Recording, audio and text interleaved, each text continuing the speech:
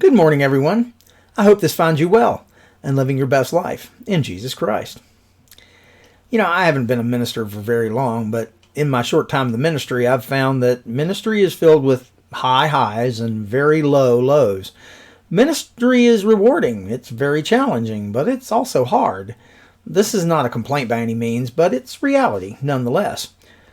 When times are difficult, I have to be extra careful to guard my mind and my heart. I pray to remember that in the end, it's not all about me, but rather it's about Christ.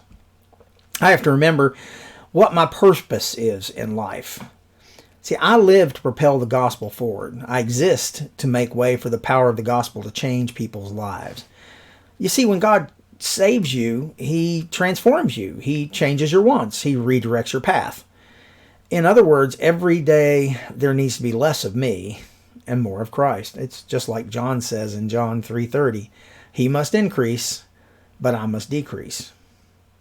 It reminds me of a story I read about Michelangelo, which is most likely a tall tale, but it aptly illustrates my point.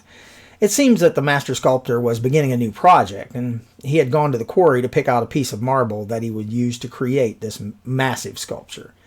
The quarry owner, who had seen him before but had never had the courage to talk to the sculptor, timidly approached him and with great trepidation asks him, "Great master, what are you going to create from this crude stone?"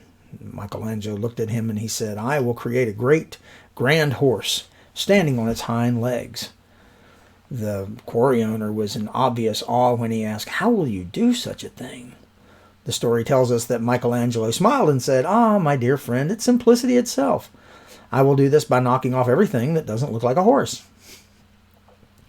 Paul said in writing to the Corinthians that through suffering, these bodies of ours constantly share in the death of Jesus, so that the life of Jesus may also be in our bodies.